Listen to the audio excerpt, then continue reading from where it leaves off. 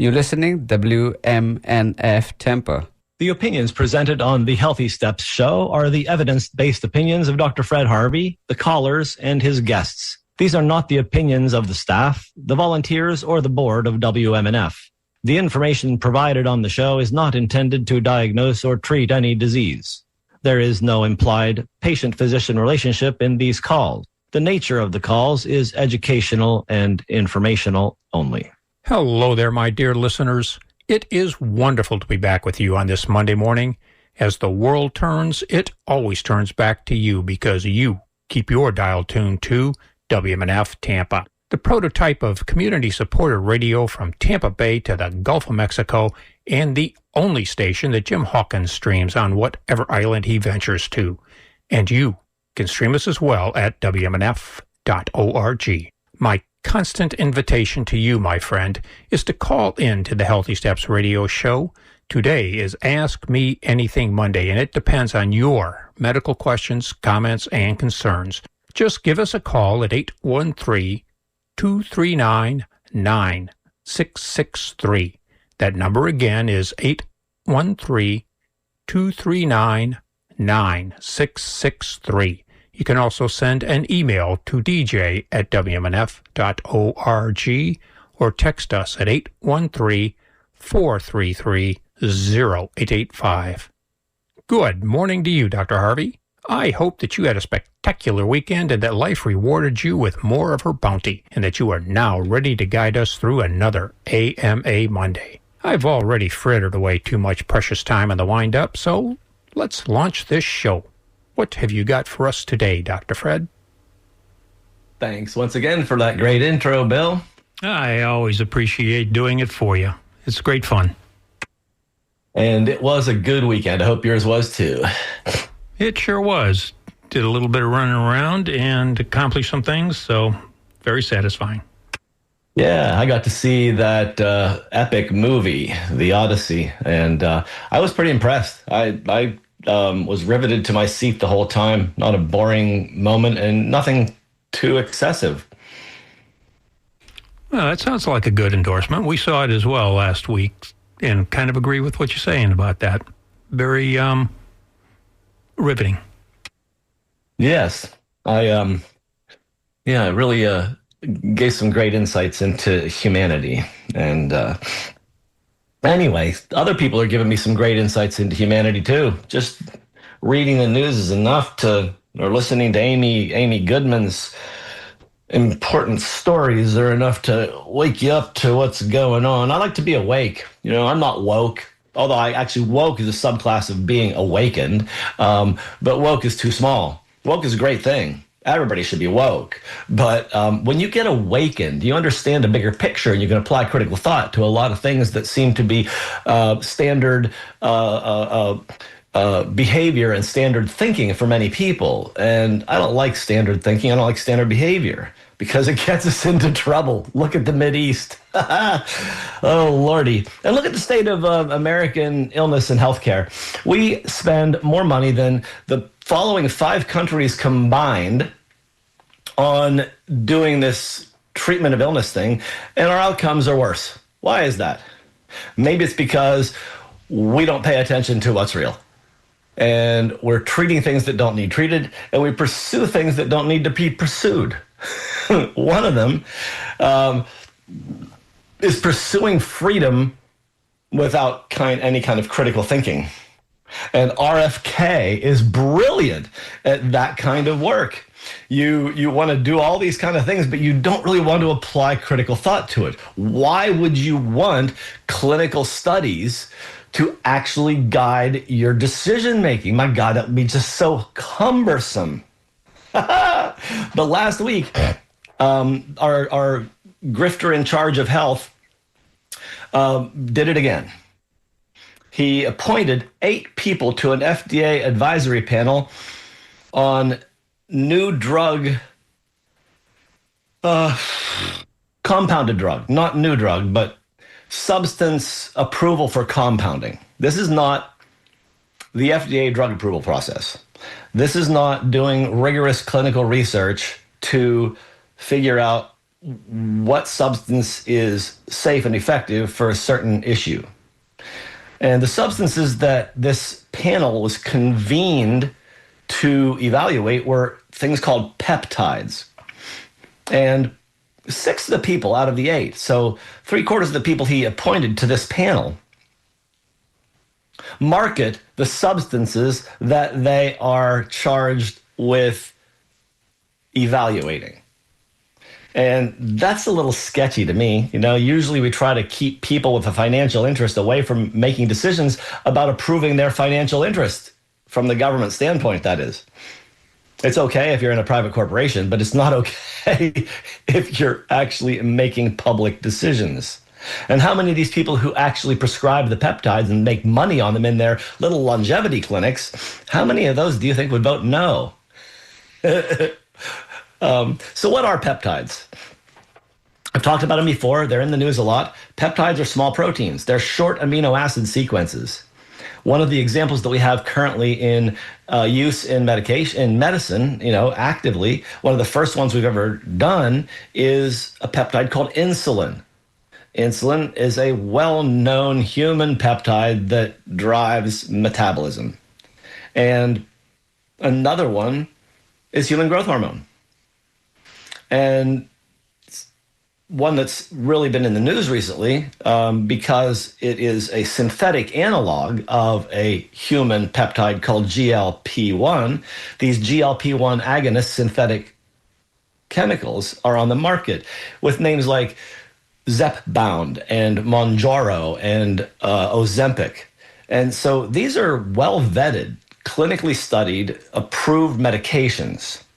But the unapproved peptides, things with names like BPC 157, TB 500, CMAX, MOTSC, these are just like these things that people came up with. They're all synthetic. They're not natural. They're not like, plant extracts or any kind of herbs or any kind of things like that we would be normally talking about using as supplements. These are new drugs. They're novel drugs, but they haven't been tested. There's no clinical evidence, just testimonial. Some have some, animal safety studies. Some have some other, small human, case studies and things like that, but nothing's been proven. They are not manufactured by pharmaceutical manufacturers and held to the same manufacturing standards and safety standards that these companies are when they actually make medications. Some of the concern about these is that they're injected. People are injecting weird compounded stuff that has virtually no evidence, virtually no information. This is like doing human experimentation on a mass basis without any kind of guidance. No one's going to actually collect the data to do the study. This is just going to be a random assault on the human population. And so these things are coming from compounding pharmacies. I have no problem with them because compounding pharmacies make things available to people that aren't available to them otherwise. Things like medications that are normally in a pill that have dyes and other excipients in that the people react to, we can get clean medicine compounded, like in a clear gel cap, so there's no other chemicals in there irritating that person's system. And compounding is very appropriate in those situations. But to switch over to compounding for the manufacturer, the mass manufacture of these sketchy compounds is weird. But one thing is there's a buffer here. The bureaucracy is as bureaucracy is, and there are layers. So this is an advisory committee. And they are making recommendations, but it's not law, and it's not even a new regulation by the FDA. The FDA must choose to act on these recommendations. The thing is, the FDA has an appointed head, and I believe that the head of Health and Human Services has something to do with that, and that's RFK. And so the FDA has an internal panel of scientists that must approve it, but the FDA director has the ability to override anything. That's, the FDA director, I think, under Biden, approved an Alzheimer's medication that doesn't work and that causes strokes because he thought that somebody might want to buy it anyway and make some money back for the pharmaceutical company. And the only way they're going to be able to do that is by lying about what the real evidence is. Why would anybody buy something that doesn't work and causes strokes? But so why is everybody so concerned about that? Well, I just talked about some of the concerns. Like, well, it's not actually a manufactured medication and it has no studies. It may be immunogenic. In other words, if you get a shot of this stuff, you may get allergies to that and other things that resemble it, because that's the way allergy works. You may get allergic to beef because you got something in this shot. There's possibly cancer risk. One of the ones out there supposedly with long-term use might have cancer risk. I don't know. There's no evidence. Cardiovascular risk. There's one that works on vascular health, and they think that maybe something might happen there. Some with neuropsychiatric risk. There's a couple of them that cross the blood-brain barrier and get into your brain. And so these things might do weird things in the brain that we don't know of. Change mood, cause irritation. They're hoping it reduces inflammation, but we don't know because we don't have studies. What about in the manufacturing process? You grab this stuff from China. We know that all kinds of weird stuff shows up in Chinese imports when they're being sloppy in their manufacture. Melamine in the baby formula and toxic metals in the herbs. Who knows what's going to be in these things? And I can tell you that the compounding pharmacist is not going to spend $1,000 and figure out if there's an excipient in there that he doesn't want. We find this out after the fact, like when the generic manufacturer of a popular antacid was found to have put there was a skip in the manufacturing process and they didn't get out a toxic chemical and people were getting sick from it. That was pulled from the market. And then we have the question of structural stability. How long do these things last in solution? Do they degrade? What do they turn into when they degrade? Nobody's looked. Nobody knows what the shelf life is. But I can tell you that the online marketers are ready to sell the stuff. They're going to grift away on Instagrift and Facebook because big companies like Hims and Hers that market all kinds of stuff and Noom, they're ready to roll with an Instagrift on these things. And so you need to be prepared for vast amounts of marketing once this gets through RFK's grift FDA, because it's going to open up the doorway to manufacture and sell all kinds of glop, slop, and other potentially harmful stuff. Some of this stuff may work. We just don't know. And there's another problem that's come up in that this is a parallel pathway now. There's a sneaky back door that they're creating here for an end run on FDA approval. John Hertig is the president of the Collaborative for Evidence-Based Medicine, and he points this out very seriously. This is potentially a way to get crap on the market, snake oil. How do we approve snake oil through the back door? And one of the doctors who voted yes on all of the things, even the one that everybody else banned because it may be addictive, it does something to the opiate receptors, he sells these things. He uses them to treat pain because opiates don't work, he says, and other things don't work. But he uses these to treat pain because he has no evidence that they work. Makes a lot of sense. But here's one good thing at the end here, and that is that the FDA has no authority to regulate unapproved drugs. Wait a minute, that's not a good thing. Because if these things, unapproved, make it to the compounding pharmacist, then there's no way to control what's going in the compound. The FDA can't regulate unapproved medications. These are unapproved medications. They're going to get the green light to be compounded by people who don't even know what's in them, for people who don't even know what they do, to prescribe them for people who don't know what they're going to do to their bodies. It's putting Americans at risk across the board. This is just nuts. And if you'd like to talk about nuts or anything else medically, this is Dr. Fred Harvey, and we are on the Healthy Steps radio show on WMNF. Absolutely, and this would be a good time we had someone who called early. Now would be time to call on back to the Healthy Steps radio show with Dr. Fred Harvey here on WMNF Tampa. And you can join the conversation and give voice to your medical questions or concerns by calling 813-239-9663. I have Joe answering the phones today, doing a great job. So that number once again is 813-239-9663, or you can continue to send your emails to dj@wmnf.org. Back to you there, Doctor. Well, I have an email here already. He's thanking me for my great show. Mike in St. Pete asks, is there any advice on exercise or nutrition for burning feet and neuropathy? Well, neuropathy is a difficult thing to deal with. You need to find out the source of the neuropathy. Diabetes, chemicals, and other things can cause neuropathy. So you really need a bit of an evaluation to find out what that is. Once you find it out, avoiding the cause is a really important thing.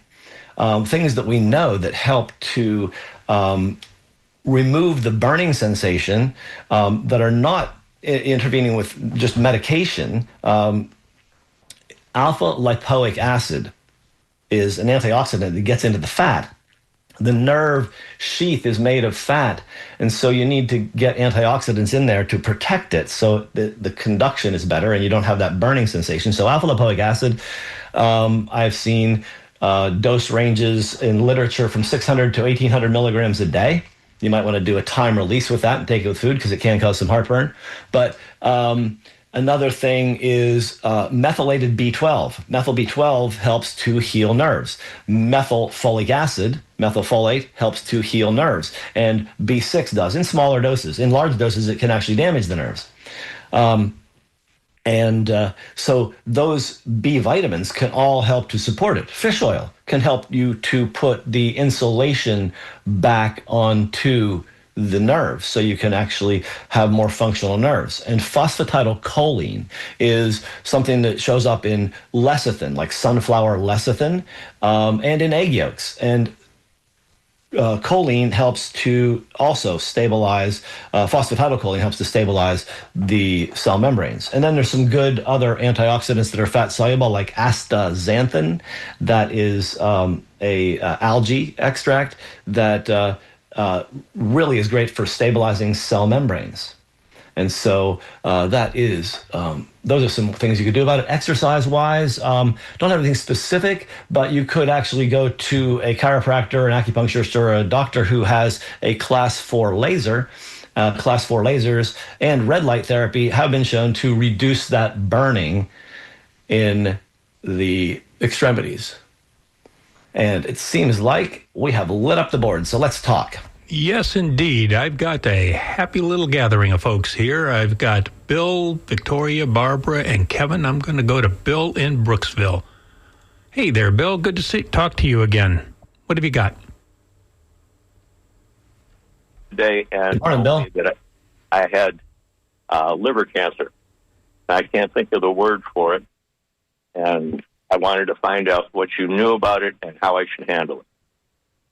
So when were you diagnosed with liver cancer? And did they call it hepatocellular cancer or biliary duct cancer? Neither one of those. It's in other words, starts with a D, and unless I keep it in front of me, I can't remember it. But neither one of those. And they called me last week. I had on the 13th, I had the MRI and ultrasound, and so on Tuesday they call me and say everything looks really good except this one thing in your liver. And that's what I was wondering if you could give me a clue or some kind of hint how to handle this and maybe how to cure it. I don't know. The operation doesn't sound really great because they take parts out and put parts back in. But I was wondering if you had any ideas for me. Well, there are several different types of cancers, but the two that I mentioned are the primary ones, cholangiocarcinoma and hepatocellular. Okay.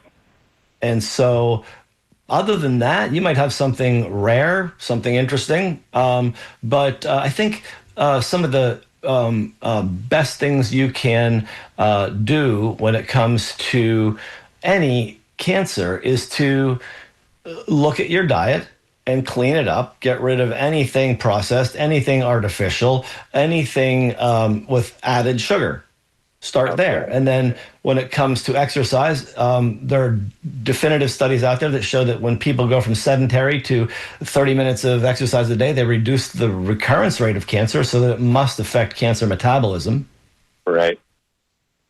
And daily meditation also helps to change the way your immune system surveys for cancer and helps your cells actually communicate and work better together.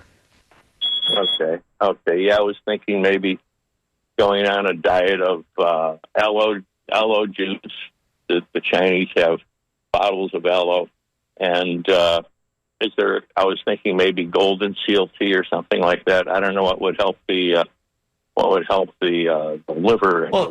Well, there's a tea called Ojibwa tea or Essiac tea that has a lot of liver cleansers in it, and that's been recommended by herbalists for years for supporting in cancer. So yeah, look up something like Ojibwa tea or Essiac tea if you want something like that. But you need a more comprehensive approach than finding a bottle of aloe and a bottle of golden seal. You need to go to a doctor who does functional cancer work and support. And get a full workup to find out where you have your metabolic deficiencies, where you have your inflammations, where you have your toxicities, so you can actually help your body eliminate its desire to create cancer. And you're in Brandon, correct? No, I'm in Sarasota, but I do not have a physical office. I do everything by Zoom. Oh, okay. I'll get hold of you that way. Yeah, because I'm probably moving down to Mayaca City, Arcadia, and oh, nice. And I've made friends in the circus industry down there. And, wonderful! Show folk are absolutely wonderful. I've known many of them over my years here. Yeah. No, they're interesting people and fun people and upbeat, and so that's what you need for something like this, I think. But they're really good. The people that do the wild animal thing. Oh, gosh, my memory, I've got to go into memory. That's Kay Rosaire with Big Cat Habitat. Yeah, there you go, Kay. Yeah, Kay and Big Cat. Okay, good enough. And, yep. Well, thank you very much, Doctor. And Ojibwa tea, you said? Ojibwa or Essiac, Essiac. Essiac. Okay, well, thank you very much, sir. And I'll let you know how things go. Wonderful. And go seek a bigger workup. Thank you very much, sir. You're welcome, Bill. Yeah, thank you there, Bill, and best wishes to you, of course. I've got Victoria, Barbara, and Kevin. Let's go to Victoria in Gulfport. Good morning, Victoria. Good morning. Happy almost rainy day. Yes. Hi, Victoria. Good. I called about a month ago. Excuse me. I was diagnosed with SVT and prescribed metoprolol. Yes. And so far, so good. But I feel like it's taking my oomph away, my creativity. I'm an artist. And it's just making me kind of lackadaisical. Maybe it's the heat. I don't know. But it seems like it happened in conjunction. I'm sure the heat contributes, but metoprolol is something called a beta blocker. What it does is block a receptor that accepts the beta adrenergic stimulant called adrenaline. So it blocks the ability of adrenaline to give you your boost. So yes, you will feel flat with metoprolol. Great. Now, it's time release. And I really don't want to take it, but that's what the doctor prescribed. Is there any option of getting? Go ahead. You may go to a lower dose. I would work with the doctor on the lowest acceptable dose, and if that doesn't work, you may need to find a different approach, something that doesn't make you quite as. I was wondering. Yeah. There's other options. Cool. All right. Well, thank you very much. You're welcome, and have a great day. Good luck with finding a solution to that adverse consequence. That's the problem. We have a medicine that works to do one thing, but it causes an adverse consequence on the other. It's always a balance. All right. Thanks so much. Enjoy the rain. I will. Yeah, looking forward to that very much. Best wishes to you there, Victoria. Now, we're kind of chopping the little list down here to just Barbara and Kevin, but that means that there are 2 slots for you. Just give us a call and join the Healthy Steps Radio show with Dr. Fred Harvey here on WMNF by giving us a call at 813-239-9663. Again, that number is 813-239-9663. Let's go to Barbara. Good morning there, Barbara. Hey, good morning, everyone. Hi there. Hi. I've been hearing information about ivermectin and that it's good for many things in the body to heal the body, and also how DMSO lets get anything that you pair it with into the cell in the body. Is there any merit to that? I'm sorry, I was thinking about the DMSO. What was the first chemical you mentioned? And I'm sorry? ivermectin. Oh, ivermectin, yeah. Ivermectin is an antiparasitic. It's a very interesting medication. So it's in the class of antiparasitic, but it is like all chemicals. We name them, label them for what they do, but they have other functions. And one of the things that we know about ivermectin is very interesting. In, I believe it was 2006 in the journal Nature, I think again in 2016, they were talking about the mechanism of action of how ivermectin blocks the uptake of beta coronavirus. Beta coronavirus is the main body of COVID, or beta coronavirus. SARS-CoV-2 is its actual viral name, SARS-CoV-2. And so it's a beta coronavirus. And ivermectin blocks the uptake of the RNA from this virus into the cell using a block. It blocks the chemical called importin. It's a protein that imports the RNA into the nucleus so that it actually can be transcribed and the virus work is then done. And so this blocks that. We have the proof in scientific literature that it blocks it. So all the cockamamie people that are saying that ivermectin doesn't do anything are wrong. And there's actually a clinical research study that shows that there is a diminution in death in people who have used it during the COVID pandemic. But it's only if you take it within the first 2 or 3 days, and only in people that are, risking death, severe people. It's not something that stops the pandemic. And as an antiparasitic, it's wonderful. But most humans in America, because we have good water treatment, don't have a lot of parasitic problems. Right now, we have an issue with the cyclospora, but that is something that's got to do with poor practices on farms. They don't provide sanitation and water for the farm workers for profit, so they contaminate the food supply. And that's an actual capitalist business decision to contaminate the food supply. That's different from taking an antiparasitic. Our water is good. We don't have many parasites in America. I've been doing parasite tests on poop in humans in America for over 30 years, and it's rare to find one of the big ones. There are small ones that show up when you're sick. They're called opportunists, but they aren't really a parasitic problem. And so I don't have a lot of use for ivermectin, except maybe in the first 3 days of an acute viral illness. But even then, why not avoid the viral illness by taking care of your body, getting your rest, drinking your water, staying hydrated, getting good exercise, staying oxygenated, and getting a good full rainbow of antioxidant-filled food to prevent getting an illness. The last illness I got, upper respiratory, was when I was living in my moldy house several years ago. So it's not, you don't know it to be like a miracle drug? It's not a miracle drug. There are no miracle drugs. That's a fallacy. That's something that Instagrift influencers will try to sell you on. Just like you're going to see very shortly, the Instagrift influencers are going to start selling peptides, unboxing their new box of unnecessary, possibly dangerous peptides. So, yeah, You don't need to listen to some of these people because they're really cockamamie. Okay, well, then another one bites the dust. Yeah, a lot of these ideas, finding a chemical that's going to solve all your ills, and it's like the whole concept of a pill for every ill, and finding an external source for fixing your problem when the source is actually internal.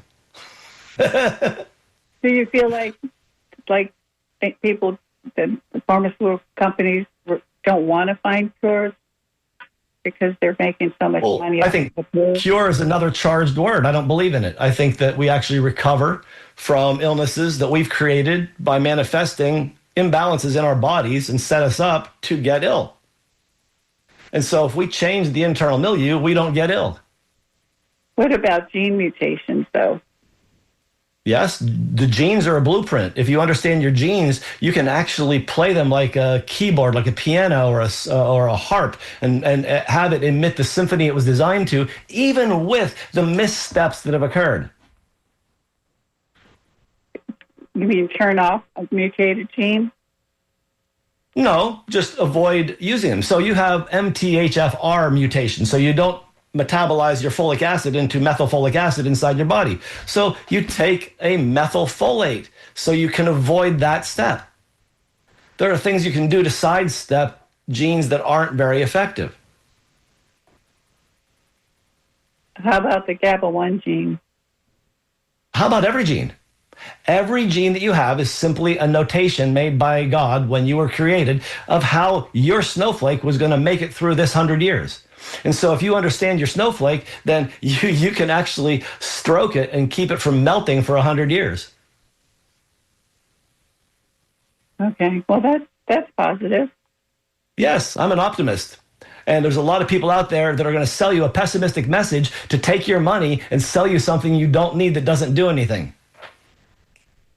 Right. And DMSO is a great thing. It's an antioxidant, and it might have some effect here and there, but it's a great driver of medication across the skin. But it's not a miracle drug.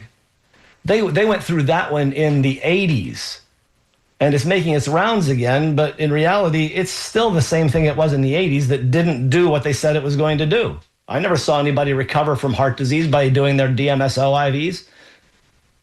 Right, yeah, I remember that. It's just remembered as a horse heel or some type of horse liniment, yeah. Yeah. It may take some pain out of a joint, but it's not going to change your life significantly. Okay, well, we keep hoping, but apparently there's just got to go through the old, go get analyzed and then try to treat the deficiencies, I suppose. Seriously, you got to slog through it. You got to do the work. You got to look at, you have energetic deficiencies based on your DNA, and you need to start with that core energy and go from there and build out. Okay, well, thank you very much. That's very good to hear. Glad to help. Have a great day. Bye. You too. Bye-bye. Thank you very much for calling there, Barbara. And I do have Kevin, who's been waiting patiently, and Kathleen, who just joined us. But I want you to join us as well. We're down to about the last 20 minutes of the show, and you are invited to participate in the Healthy Steps radio show with Dr. Fred Harvey here on WMNF Tampa. Give us a call at 813-239-9663. Joe has been doing an exemplary job of answering the phones, and I appreciate what he does. But won't be ringing if you don't give us a call at 813-239-9663 and continue to send your emails to dj@wmnf.org. Good morning to you, Kevin. Good morning, Bill. Good morning, Joe. Good morning, Dr. Harvey. Good morning. I'm a fit, active 71-year-old, and I was recently diagnosed with cataracts. So I was finding about anything that's holistic that I know I can't cure it, but to lessen the progression of cataracts. You could take some antioxidants, and you could take some eye drops that have some antioxidant in them, and you could wear sunglasses, but you live in Florida, I would guess. Okay, and so I went. Do you live in Florida, Kevin? Yes, in Florida. Yeah. And So you get a lot of UVs. There's very little you can do to prevent cataracts. They just happen. And I have looked for 30 years at people that have been selling products that you put in your eyes and other things that supposedly turn back cataracts. The only results that I've actually seen studies on are traumatic cataracts in dogs. They actually induced the cataract and then they gave eye drops and the cataract went away in the acute form. And so the kind of cataracts that you and I have, and at 65, I have some nuclear sclerosis, as they call it. So I'm getting a little bit of yellowing in there. It's not affected my night vision yet, but I can tell you that when my night vision becomes difficult, I am having surgery. okay, along the lines of surgery, I was looking into doing the surgery for I don't know what they call it, changing the lens in my face. And so I talked to an optometrist. Is it for actually fixing bad vision that you have currently, or is it just for putting your lens back in after they remove it? It's replacing the lens. Oh yeah, you need that. Okay, and so would you recommend that I just do one eye first? Because that's what the optometrist was saying to me, is that, do one eye first. The serious bad eye when I have a 20/40 vision in my right eye. And she said, well, do that eye first and then see how you feel, because I guess the recovery is you have to do eye drops like 5-6 times a day. And so yeah, so most people recommend that you do one surgery at a time. If you're doing one knee, one hip, one eye, just because there could be contamination. And if you get an infection in that operation, you don't want it in both. And that's rare, but it does occur. And the infection is treatable, but it still occurs. So you may want to avoid that. Plus, do you want somebody to be driving for you? Do you have that available for the time of recovery? Because you're not going to be able to actually, you're going to be initially bothered by the weird, sparkly lights and things that occur when you get an artificial lens put in. Okay. So and so, one at a time makes sense to me. Okay. And so I went online, of course, and they recommended fish oil. I recommend fish oil for everybody. I recommend everybody go out and get an omega-3 or omega index from Quest or whatever lab you want to go to and find out if you have enough oil on board. Everybody needs it. Okay. And so I started taking this last week, the 1,000 milligrams of omega-3 fish oil. And how many omega-3s are in that 1,000 milligram capsule? Oh, that's a good question. I can tell you straight away. Okay, 1,000 milligrams of omega-3 fish oil. So you're asking which ones are in there? No, I'm asking on the back label, how many milligrams of omega-3 are in the capsule? Because almost none of them have 1,000 in a 1,000 milligram capsule. Okay. It'll tell you at the top, EPA, DHA. Milligrams of total omega-3, 300 milligrams. Total omega-3 is how many? 300. Yeah, there you go. So it's not it's a 1,000 milligram size capsule. It's a 300 milligram omega-3. And I recommend that most people try to get about 3,000 milligrams of omega-3 a day. So eat fish in addition to your capsules. Okay. Should I increase the capsules I take per day? Well, I tend to recommend that people go ahead and get an omega-3 check. You can do it easily. You can walk into any lab test now and ask them to do an omega-3 check. And then you know how much you need. If you're really at deficit, I'd say take 3 or 4 grams a day. If you're not at deficit, you probably don't need that much. Okay. All right. And on a parallel topic, I rescued a bulldog from the center, and he's having problems with his eyes, and the drops that they gave. Can you give? I've got conflicting information on this. Can you give human eye drops to dogs, or do you have to get specifically drops for dogs? It depends on the medication. I mean, a dog would die if you gave it a Tylenol, I think, but a human can take a Tylenol. So all bets are off. I would ask a vet. Like Visine or I don't treat dogs. I'm not going to give you a comment other than say ask your vet. All right. Well, yeah, it was just because you're saying that they. Okay. All right. Thank you so much, Dr. Harvey. Have a great day and a great week. You too, Kevin.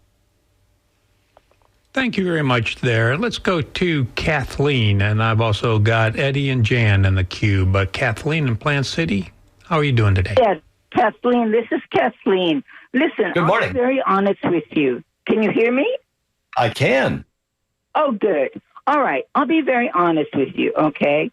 I'm pretty well educated. I know a little bit about my issue. What happened is about 2 months ago, I was wandering around on the property where I'm staying, and there's this bus that was turned into a mobile home. I went in, looked around. As I came out, I grabbed hold of the door frame put my left foot down, and the step collapsed.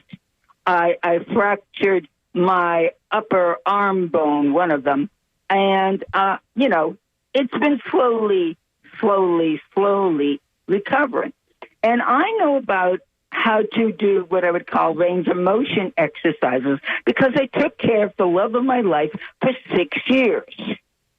Okay, so I learned a lot about range of motion. He was a quadriplegic. He got Guillain-Barré, but that's besides the point. Well, not only that, but I was also an assistant at Villa Maria Nursing Home. So I learned a lot about range of motion, okay? And what's your question? What is your question, ma'am? I'm sorry, I didn't understand you. What question do you have today? Am I doing the right thing? I think I am, okay? Because basically the first month I wanted to exercise. I'm right, and I shouldn't have.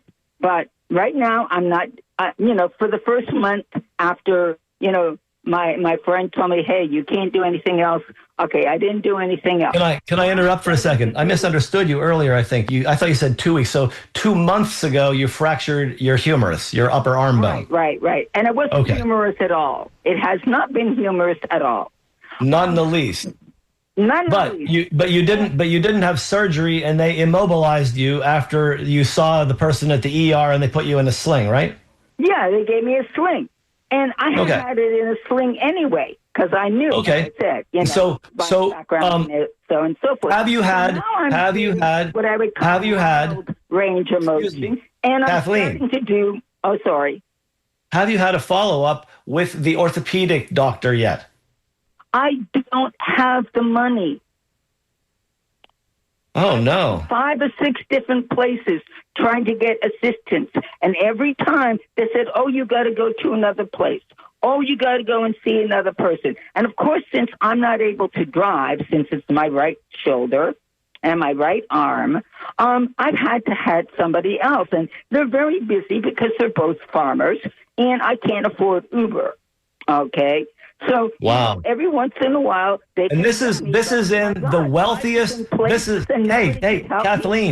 Kathleen, this is in the wealthiest nation on the planet. You can't access simple illness care. That's really sad. I think we should think about who we vote for in this country. It's very, very. People say you're Canadian, you could go up to Canada. It's not that easy. It takes at least 6 months, and it would cost me at least $5,000 to go up, get an apartment, et cetera, et cetera, et cetera. Right. So that's ludicrous. Okay? And I shouldn't have to do that. Kathleen, after you've had some immobilization like you've had, if you're not having pain, the way that most doctors deal with this is they tell you to start doing range of motion. If you get pain with it, then you know there's a problem. But if you're not having pain... Mild range of motion, mostly drawing and writing and things like that I had to do anyway, for a short period of time, a little bit longer. I'm a teacher. I know all about this, okay? Like I said, I had experience, personal experience, and... Yeah, you're in the most underpaid, most important profession. Yeah, I know. Well, that and $2 will get me a cup of coffee. Right. But maybe, there's a lot of people out there using GoFundMe to get help with medical bills. You might consider that to get yourself a little bit more help, but it sounds like you got a pretty darn good attitude and you're a fighter. So I have a feeling you're going to work through this. Yeah, I know that. And I'm just putting my friend's mind at ease because, like I said, you start with mild, you advance to moderate, and it's going to take months before I can have full use of my arm again. Yeah, so 2 things that help bones heal. Some vitamin C helps make collagen, and so does good protein. So make sure you're getting a gram of protein for every pound of your body weight daily to see if you can get that to heal well. Okay, Kathleen? Well, you'll love this. I've been eating water buffalo meat and drinking raw water buffalo milk. And it's a huge difference, I swear, because I've had questionable ankles since a car accident when I was 13. Okay, and now they don't bug me.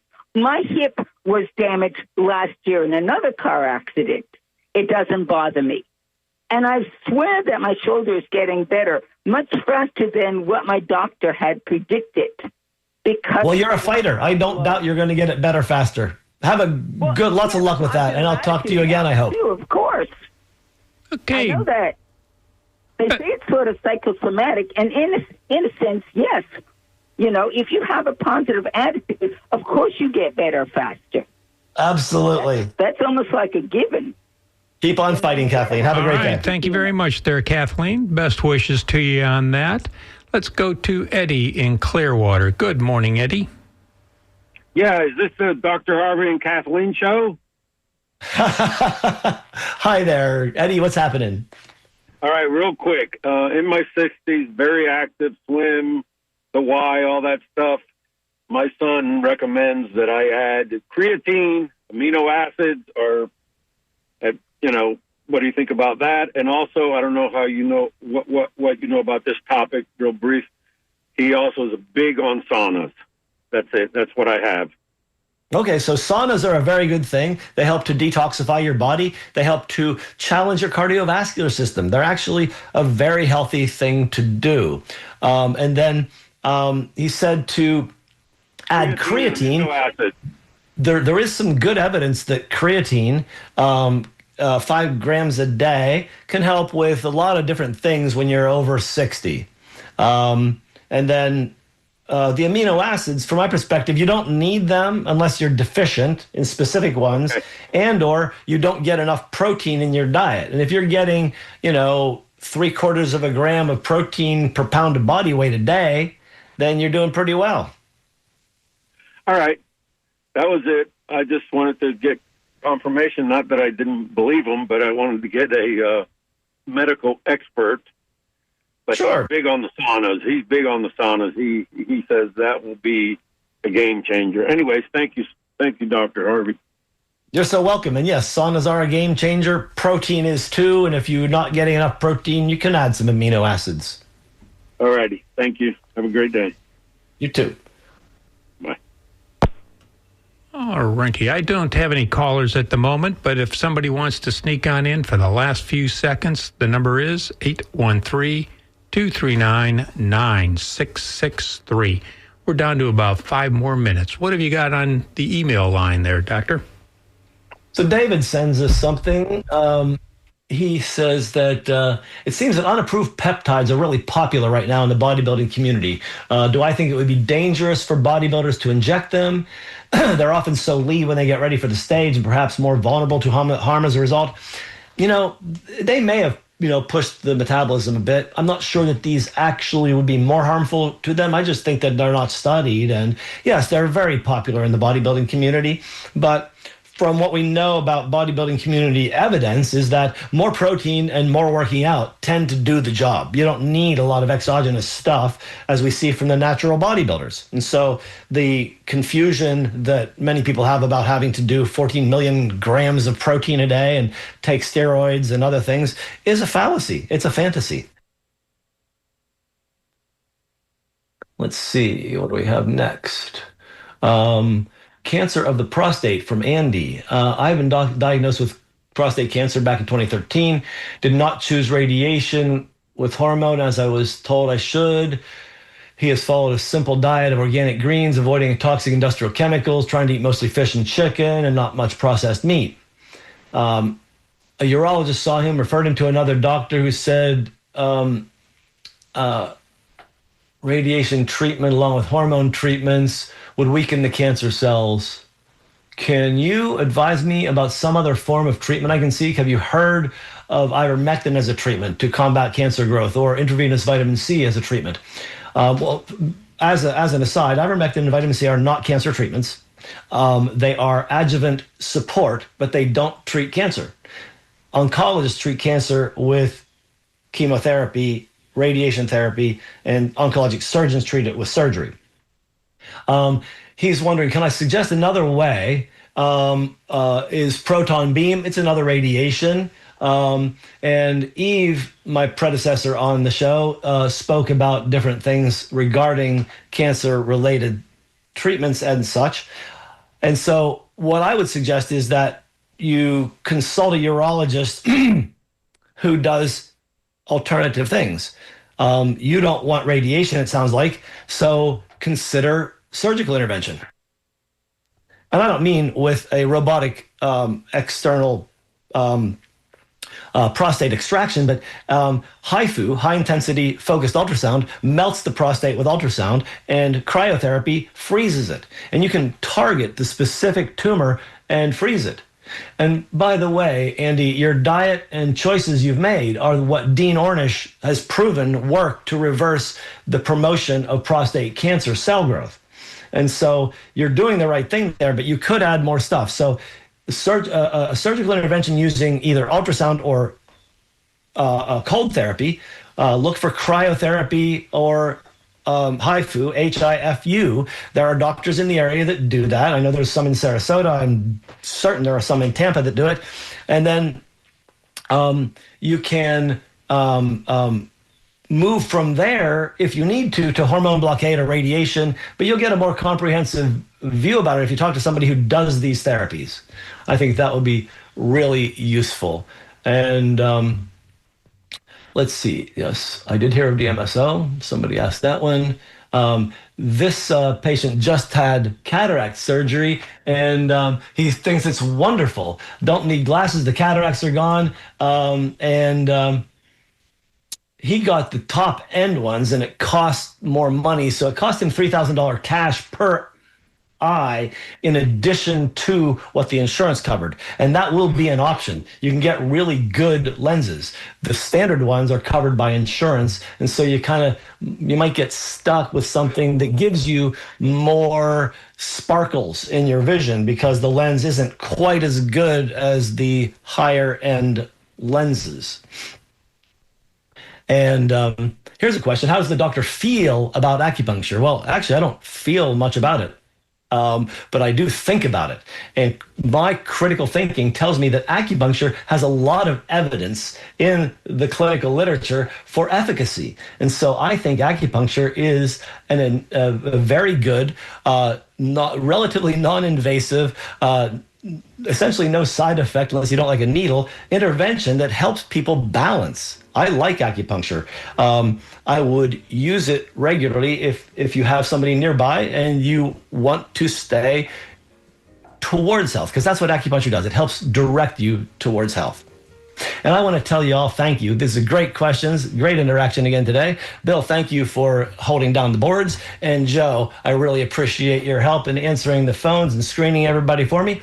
And thanks for the good emails. I will talk to you all in a week. You can ask me anything medically once again. Have a great week, folks.